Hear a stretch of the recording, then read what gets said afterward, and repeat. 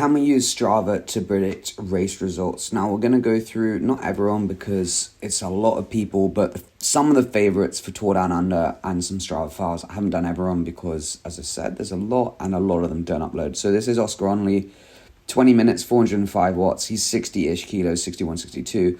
1600 VAM. This is his second best 20-minute power ever because Strava now tells you that. So that's pretty good. He's obviously going well. That was a while ago, though. That was in December. Yesterday, he decided to get in the break and bashed out just bananas numbers. For the race, he averaged 360 watts, but he wasn't actually in the break the whole time. When he was in the break, just punts out 380 watts, so like over 6 watts per kilo for an hour on the flat. So yes, obviously incredibly strong. He did 20 minutes, 393 watts when he got in the break. So like so strong. You can see some of the times he's pulling here is like 434 watts, like just crazy. So yeah, he's for sure good. We've also got this segment, which is probably the most useful in terms of like who's going well, because everyone's gone out and gone full flat out. So you can see the Israel trio, 445, and Mike Woods again, he's like low 60s, so it's 7 and a bit for sure. Steve Williams took his power down for that one, otherwise he uploads power, but he looks good. You can see Onley as well, 430, but we got more Onley stuff because he's the kind of main guy. We also got Albert Philipson, got a couple of his rides to look into.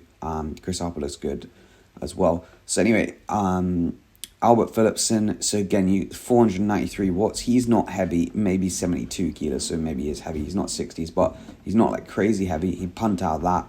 And then the next day or a following day, he punt out 545 watts for 7 minutes, which is a lot. And then he just decided, I've got to do a minute at 900. So punted out a minute at 900 as well. I also forgot to say that he's doing like 1500 watts on these. So I think he should be good. Whether he'll be the best on the GC wise, I'm not so sure. But you can see like just even from this, like who the kind of favourites are. Jay Vine, obviously quick time as well. Oscar Onley, like that was at the end of the ride. So again, this was like fresh, like literally fresh, just bash it out. So somewhat different. But yeah, you can see a lot of people have had to go up there to see what kind of condition they're in.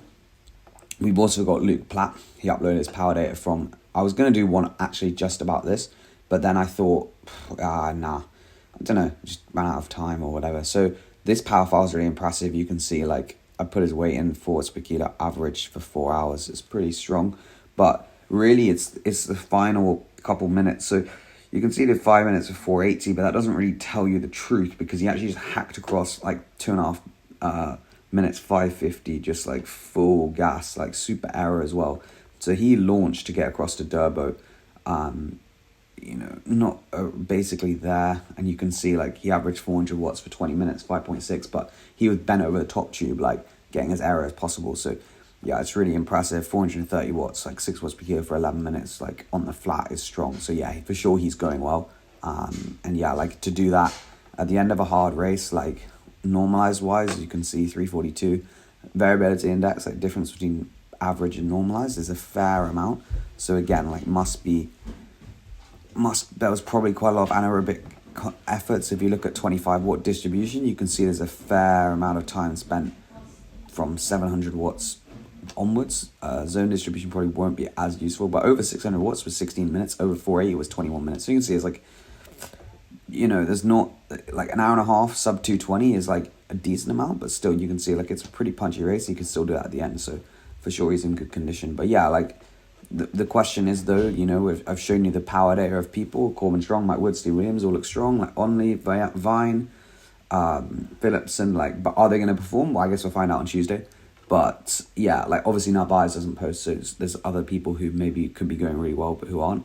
But yeah, these are just some of the picks of people who I've found on the internet, and they're going well. I also think the Oscar Onley had this last file I just want to look at because I do think it's pretty interesting. So 15 minutes with just some sprints, and then sort of threshold. Like this is tempo, and then obviously the other one's a threshold.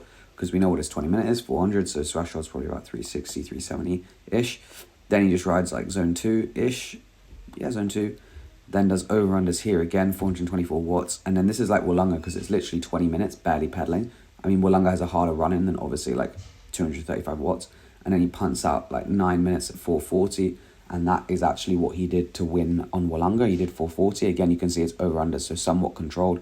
And we'll see what the last under was 2 minutes, and you can see he raised it at the end, 2 minutes 480. The last base panned out 600 watts. So for sure he's in good condition. In terms of kilojoules, that was after like 3,500 kJ, which will be probably similar to Wollonga, maybe more. But yeah, and quite a lot of time over critical power as well, which that obviously fatigues you more over your threshold than just steady state. But anyway, I hope you did enjoy this video. It'll be interesting to see how they go based on my predictions from Strava. But anyway, cheers for watching. I'll see you in the next one.